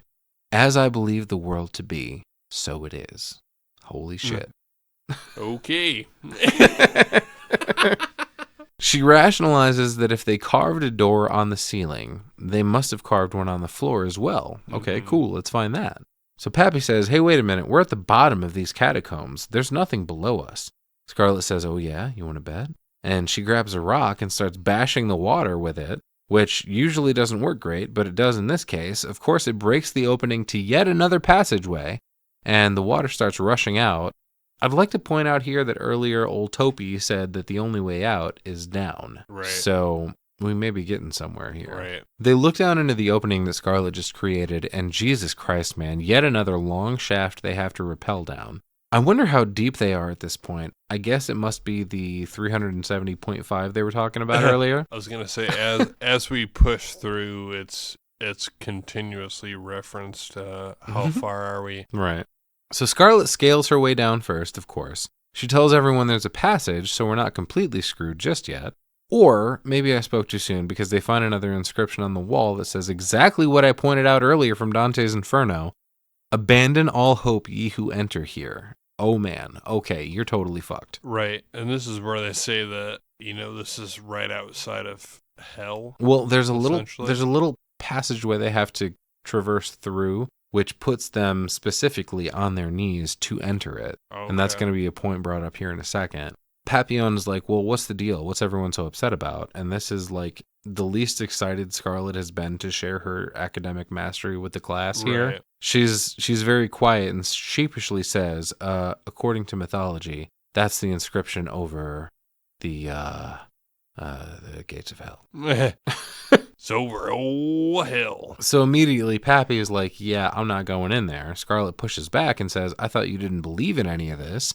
And he goes, well, I don't, but I'm not trying to start today. you know? I mean, I hate to point it out, old Pap, but where the fuck are you going? You guys are trapped. You got to go somewhere. You don't have anywhere other than forward. Right. And that's what's kind of fucked about the movie is, that they're moving from corridor to corridor. Mm-hmm. This is all a very tight, anxiety-filled, But you can see whatever you want, Pat. There's nowhere else to go. No. Scarlet drops another line here and says, and they shall be made to crawl on their bellies to enter the kingdom of darkness. As she's beginning to crawl through the tunnel that seems to be their only way out. Ooh. Fuck it, let's get crawling. Right. They all crawl through and come out in a room that looks eerily similar to the one they just left. But it's not exactly the same. Everything is mirrored. Every inscription and pictogram, etc., it's upside down and or backwards, and for an extra bit of fun, now the entrance they just crawled through has disappeared. Right. Sick. Papillon starts freaking out. He looks over at Scarlet and he's like, are we dead? She says, no, of course not, you idiot. Relax. Nope, we're not dead, but we must continue to move. Yeah, she goes, we should keep moving, find a way out. Everything's going to be fine. Don't worry about it. So now we're doing everything we already did, but backwards. Papillon goes to swim back through the tunnel, and halfway through that, all hell seems to break loose. We get a bunch of horrifying sounds. Somewhere there's like a werewolf howl that starts to, that echoes through this shit. There's feminine voices wailing. Like, whatever's going on, it doesn't fucking sound great. Right. Everybody comes back out of the tunnel freaking out. Apparently, people are missing their lights all of a sudden. There's a pedestal with another dead guy, but this guy actually looks like he's been dead for hundreds of years. There's also some sort of demonic creature breathing/growling through this. They inch their way closer to the sound, and holy hell, that is Latope. Dang, bro, where you been at? Yeah, he back. We thought you were living your best life as a foundation now. Dang, dude, good to see you. And Suxi asks if he's okay, but he doesn't respond for a second. Until he freaks out, jumps and screams at her, followed by more silence for a moment until he launches at Suxi, picks her up by the throat, and chokeslams her, and then proceeds to smash her fucking face on the ground repeatedly. Blood pours everywhere, and then he disappears. Suxi goes out pretty fucking quick here. Dude, Suxi's dead as fuck, and they look around trying to find Latope again. Papillon wants Scarlet to use the stone on Suxi to bring her back, but she's like, it won't work. He's like, fuck you. You said immortality. Also, I'm realizing at this point, poor Pappy is screwed. Even if he makes it out of here, he still leaves with nothing. Right. Like, that treasure thing was a trap. Right. Like, Scarlet got what she wanted, but none of the rest of them do. Yeah, for sure. So, Suxi's face is all fucked up, pummeled to shit. Scarlet puts the stone up next to her, but says, I'm sorry, it can't bring back the dead. And Papillon's losing it. Benji tries to comfort him. He covers her face with his jacket, and it's time to move on. Another tunnel to crawl through, and as they do, a loud groan lets out like the fucking Titanic's hull bending. Just that like awful deep metal creaking sound, you know? Right. When Scarlet comes out of the tunnel, she hears a man whispering her name again, and looky here, another noose hanging from the cave ceiling. Right. One thing I didn't realize earlier on was that this was all her father. Mm-hmm. This all kind of shown through later on. Right. George comes out and Scarlet gives him a quick look, like less than a second, and then he turns to look at the noose again and it's gone. They make their way through more corridors and deep shafts, deeper and deeper in fact, until George estimates that they're around 1,000 feet below the Earth's surface. More whispering, the others ask if maybe it's Benji, but he's still way up at the top, and he hasn't started his descent through this latest shaft. Scarlet calls out, "You good, dog?" He says, "Yeah," he's getting ready to descend, and he hears a baby crying? The fuck is a baby doing down here? That's not good. He must be so cold. Right. Benji, still prepping, probably nervous about the last time he rappelled down a hole. While he's hanging out, he's psyching himself up, and then fucking Club Girl shows up walking behind him, and he thinks he hears something, so he calls out, "Hey, somebody there?" And he grabs the camera, shines the light around. There's a cool brick that has a date that it was placed in 1793. But then he makes one last turn, and Club Girl is in front of him, attacks him, and I'm pretty sure there's a baby hanging, like she's holding a baby that's hanging upside down in front of her. She attacks him, and it cuts away for us to see as the others stand at the bottom. Benji's body plummets down this hole, smashing into the ground right in front of them. Holy shit. Yeah, Benji's fucked here, man. Good thing nobody was standing directly under the hole. It's a good thing I won't be standing directly above him. Directly above him. That's true. But they're like, "Quick, get the stone," trying to like resurrect him or whatever. Like, man, why is Scarlet freaking out so much about Benji dying? Like, she didn't act like that when it was Suxi. Oh, hell no. Funny now, though, that Papillon is the one saying, fuck it, let's keep moving. Everyone's telling Scarlet, "Let's move, we gotta go," and she just can't do it. Like, she's having a hell of a time leaving Benji behind. They crawl through another bone tunnel, and George starts to hear the voice of his little brother Danny calling out to him, "George, help me." Right. And then, below the bones, we see there's like the surface of a body of water, and then a tiny child's face like floating below it, struggling for air. Get the fuck out of here, dude. Yeah, fucking, he's freaking out thinking he's seen his little brother. But here's another trope I hate in movies. Like, George starts clambering all over the bones, trying to dig through them and get to his brother, even though his brother has been dead since you were a child. Right. Like, you're a grown man now. Why would your tiny kid brother appear to you? Shut the fuck up, ignore it, and keep moving. You know? Yeah. Hurry up, bitch. He finally comes to his senses and they move along. He takes a moment to say, "Oh, hey, Scarlet, why do you think my little brother might have shown up? Like, what the hell is happening to us?" And as they're standing there, we hear a scream echo through the caverns and last an exceptionally long time. It keeps happening, echo over echo. And there's also like a war horn of some kind. Sounds like fucking Lord of the Rings up in this bitch all of a sudden. And there's also a nice fire to warm up by. That's nice. Right. Oh, wait a minute. They turn the corner to see that the fire isn't an ordinary fire. It's a fucking car on fire down in this cave system. What the fuck? And it's not just any car. Apparently, it's got some connection to Papillon because we see a young man in the back seat, which is the very same young man that suggested Scarlet find Papillon in the first place, as a matter of fact. And Pappy starts screaming, "No, it wasn't my fault." Seems that dude from earlier wanted him there for some revenge. Right. And as Papillon is standing there, he starts getting pulled toward the burning car as if by magic. And when he gets close enough, the kid inside grabs him and starts pulling him in. And I think this might be the craziest shit in the movie, because he gets sucked into this car, and then the entire thing implodes, gets sucked into the ground and disappears.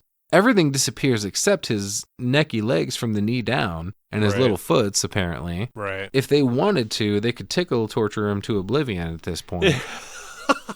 But they don't do that. Torture. They start to pull as if they're going to pull his whole ass body out of the ground like a carrot. Right. Obviously, that does not work, and they run off. At this point, it's just Scarlet, George, and Zed, who I'm proud of for making it to the final three. Didn't see that coming. Oh, no, absolutely not. Well, I mean, you know, with Zed's shitty rapping and impressions, I thought he would have been one of the first to go. Right. But he's losing his shit at this point. He's crying, saying they have to go back for Papillon.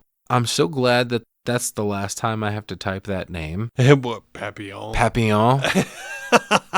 God, that was a pain in the ass. I also laughed my ass off at George's response. He's like, "Absolutely not.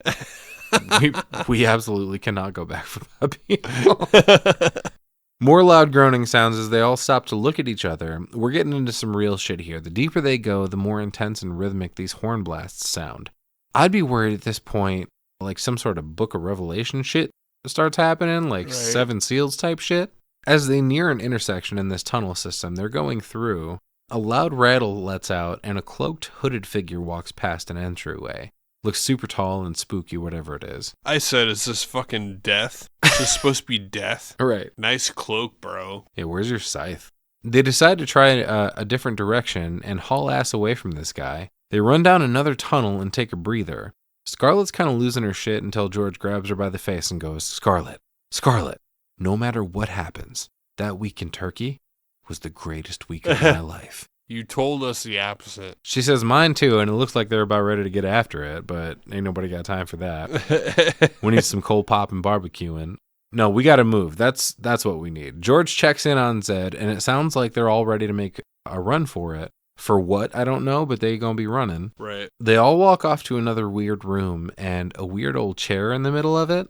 They look away and look back, and there's that same cloaked figure sitting in the chair.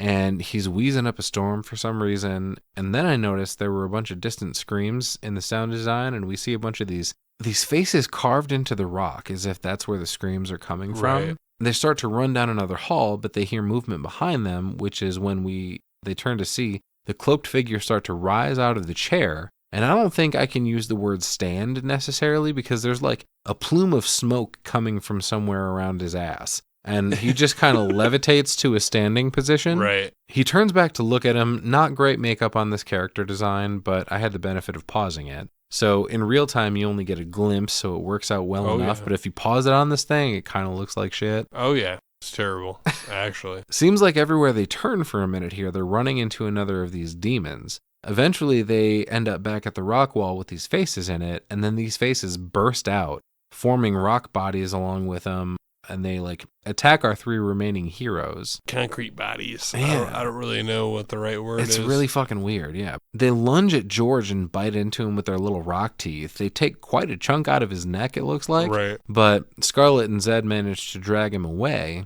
The camera drops off his head somewhere along the way, and we get a cool shot of them dragging him to safety. They make some great cinematography choices in this, and I think this is one of them. They drag him into an alcove, and Scarlett tells Zed to keep the pressure on George's neck, and then she tries to fix him up with the stone. This time, however, it's not working. So George manages to gurgle out the word vitriol as he's bleeding profusely from the mouth. Right. She repeats the entire acronym and discovers, oh fuck, of course it's not working. This isn't the right stone. I have to take this one back and get the right one. Holy fucking shit, dude. I got bad news for you. I do not see that happening. I was say, get the fuck out of here. All the bullshit. Take this one back. Right. All the bullshit you went through to get to this point, you want to marathon it back to the room that's now completely covered in rubble to try to find the right one? Right. Nah, dog. George will be long dead by the time you get back. But I mean, by all means, you do you. Lo and behold, that's exactly what she decides to do. Holy shit. Zed does not like this plan. Does that mean he's got to stay here with George? Oof. Yeah. Well, just holding his neck for a while? Thank God, though. Zed was a nice guy. He was, ultimately. She goes, stay with him. Hold on. I'm coming back. She ain't coming back, dude. Get the fuck out of here. There's no way. Well, little do you know, should have stayed in She's Turkish. going to travel all the way back. No, man. But you know what's almost kind of funny? It's on the way back. It's not quite the same. You would have been better off in Turkish jail, dude. She comes back up the rope, back past Benji, right? That already, I said, holy shit, that chick is strong, man. Back up the well shaft. It's such a goofy sequence, dude, because it's like a horse. I'm sorry. It's a horse, of course. It's like a House of Horrors speed run, you know? Like she passes the camera that was dropped.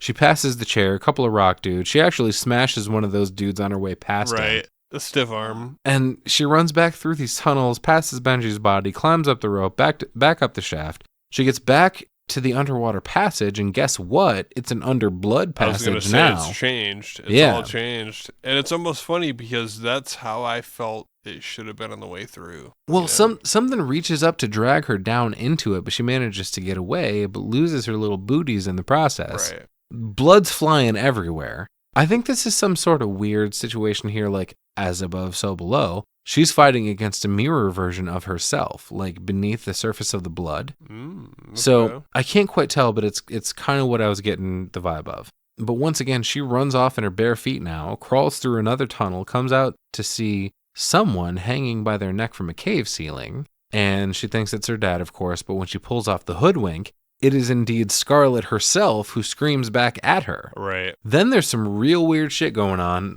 There are a bunch of mouths that form on the floor, just like sets of teeth set into the rock. I got Cenobites vibes out of this, man. Yeah, like pretty sure one of them bites her foot because it's bleeding pretty bad now. Right. But she dives back into the blood tunnel and makes it back to the room with the missing stone. She puts it back and says, okay, I rectified. Where's the hidden stone? Right. Like, hello, anyone? Bueller? Bueller. She sees her reflection in another and just kind of stares at it for a minute. We cut back to Zed and George, who both seem to be holding up okay for the moment. Zed asks, George, can you hear me? And it doesn't look like they have much time, though Zed looks up and sees a handful of those cloaked figures heading toward them across the room. And he's like, oh shit, he starts dragging him away. Back to Scarlet, she repeats to herself, as above, so below. As I believe the world to be, so it is. Hang on, George. And she runs off. Right. Too bad George isn't going to be in the same place when you get back now, since Zed had to drag him to safety. Right.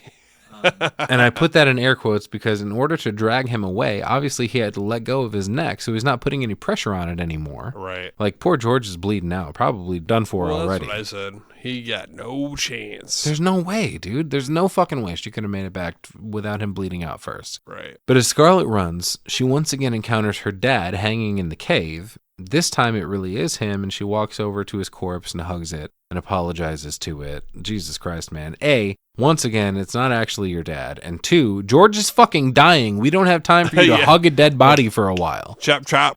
She goes, I'm sorry, I didn't pick up the phone that night. I didn't know you were in that much pain. The corpse fades away now that its business is finished or whatever, and she gets back to running. We cut back to Zed and George for a second, and I gotta say, George looks awfully fucking dead at this point. Right. Scarlet runs back past the chair and the rock dudes, punches another one of them in the face. She picks up the camera on her way. She finally finds them, and Zed asks if she found the stone. She says yes. I don't see one. She puts her hands around his neck and gives him true love's kiss, which we all know is the real magic healing here. She takes her hand away, and the wound is gone, and abracadabra, George awakens, looking real freaked out. They run off once again and get chased by some more of these cloaked sons of bitches. They run into a dead end at one turn, another deep hole at another. Scarlet says, we have to jump. Yeah, we have to rectify ourselves. Fucking what? You saw how well that worked out for Benji, right? Right. Oh my God. She says, we have to rectify ourselves. Rectify? Like, what do you mean exactly by, like, rectify him? I barely know him. But George says, no way, man, you're crazy. We're going to die. I don't know, dude. You looked pretty dead a minute ago, and strangely, you no longer have a hole in your neck. I might buy into it. Right. But Scarlet says, George, why do you keep seeing your brother down here? What is it about his death that torments you?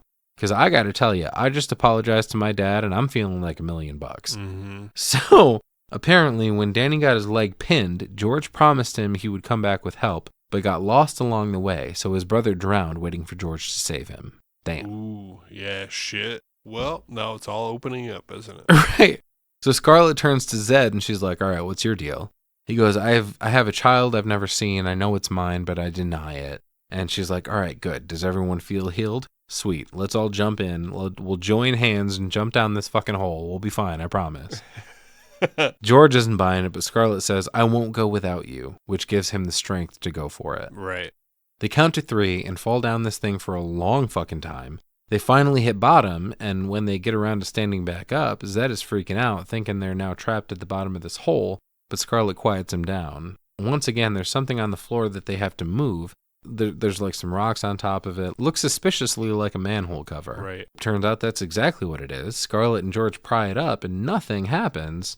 There's finally some movement in it, but only when they push down on it. Right, yeah. They're trying to pull up on this manhole cover, Mm-hmm. and it only works if they push down. So this is such a weird fucking scene, man. Give me Stranger They Things push vibes. down on the cover to Mhm. get the cover out, but crawl out and have the fucking camera angle. It's weird. They crawl out, but up. Yeah, like I That said, makes sense. it gave me Stranger Things vibes in this latest season with the upside down and everything. Like, George is like, all right, let's push it down into the side. They finally move it enough to see past it, and it's like a fucking tree they see on the other side, and they're looking out at the night sky, like, what the fuck? Way down here, like 1,500 feet below the Earth's surface. And there's a crazy gravity situation happening here where they drop down through the hole, and they're lying on the ground in the streets of Paris. Right.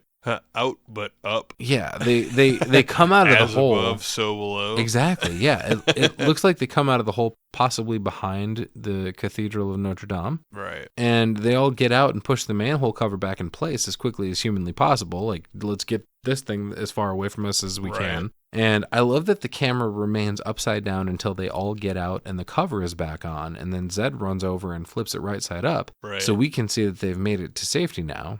Still don't exactly get what the fuck happened, but they do indeed seem to be okay now. There are also still sounds of wailing in the distance all the way up until the hole is once again sealed. I thought that was pretty cool. Yeah, and Zed kind of just walks off. Right. Yeah. I just like, so what do you think, George? Was this worse than a Turkish prison or what? Turkish prison?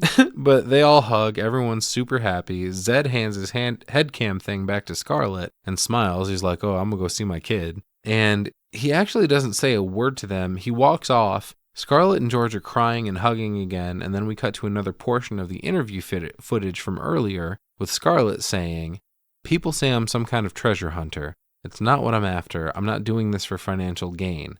I'm a student of history, of alchemy. It would be of great historical value. So Benji chimes in to clarify, so you simply want the truth. She says, yeah, exactly. I want the truth. We cut to a big fucking like Eiffel Tower and end credits. There's some pretty cool imagery in those credits with some upside down shots of the area and whatnot. But damn, dude, the end. As above, so below. What'd you think? I want to go to Paris. You want to investigate this further? Not that I want to investigate the fucking ridiculous ass story. I know that the catacombs are real. So yeah, just that in general is a very intriguing. Mm-hmm. You know, it makes me want to go check that out. You know, I'm a big metal guy, and a lot of these metal bands like to take pictures down in the catacombs and stuff because of this. You know, it's very intriguing, very cool. The story stretches in a couple spots, you know, that really make me question whether this is worth watching. But in general, this is not my kind of story typically, but I find it very intriguing. I enjoyed this one. Like, you know, as I said before you suggested this, when you did, it called to my memory, oh shit, I enjoyed that movie. Right. Like, I do have a good time with this, even though some of the elements are ridiculous. Right. But, I mean, I'm a little bit of a sucker for historical elements in film in general. Right. So, you toss some shit like this in there, I'm probably going to be into it. With the cave diving aspect, it's something that intrigues me because it's, like I said, it's not my favorite thing to think about. So as soon as people are, you know, finding themselves in situations like Benji did, he thinks he's stuck, and I'm like, oh fuck, I'm shitting my pants. Like, yeah, just this movie stands out because a lot of these horror movies don't do the deep dive into different things like this. Just something being different to me is what draws me in. I think I don't know, man, 7 out of 10. Okay. It's like I said, it's not what I normally look for, but it was fun. I love it. Yeah, man. If we're looking for a rating, I gave this one, I was right down the middle, man. 370.5 out of 741 headlamps.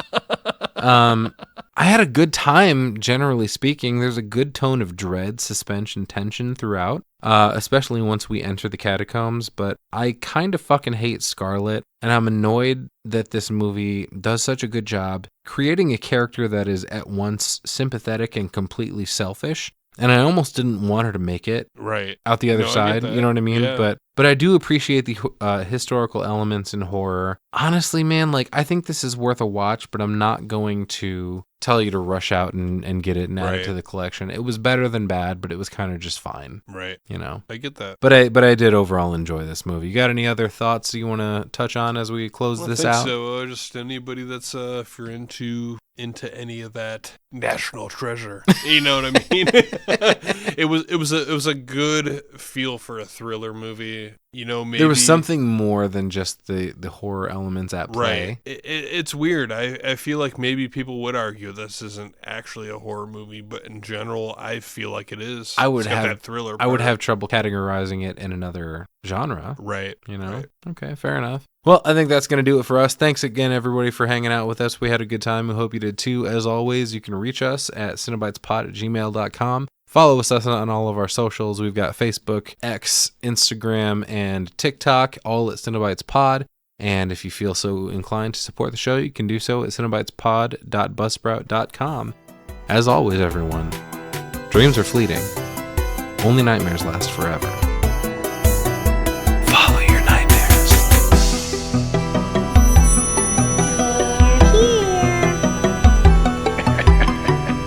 Boy. Kill her, Mommy. Kill her. I bid you welcome.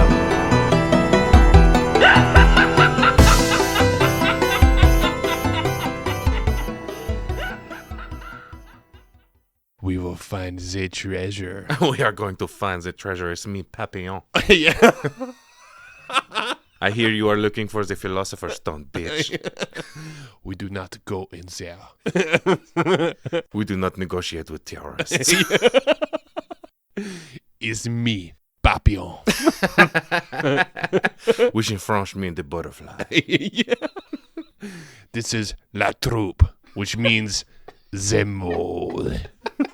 I thought that meant brown. What the fuck? Le taupe? La Troupe. Okay. 1, 2, 3.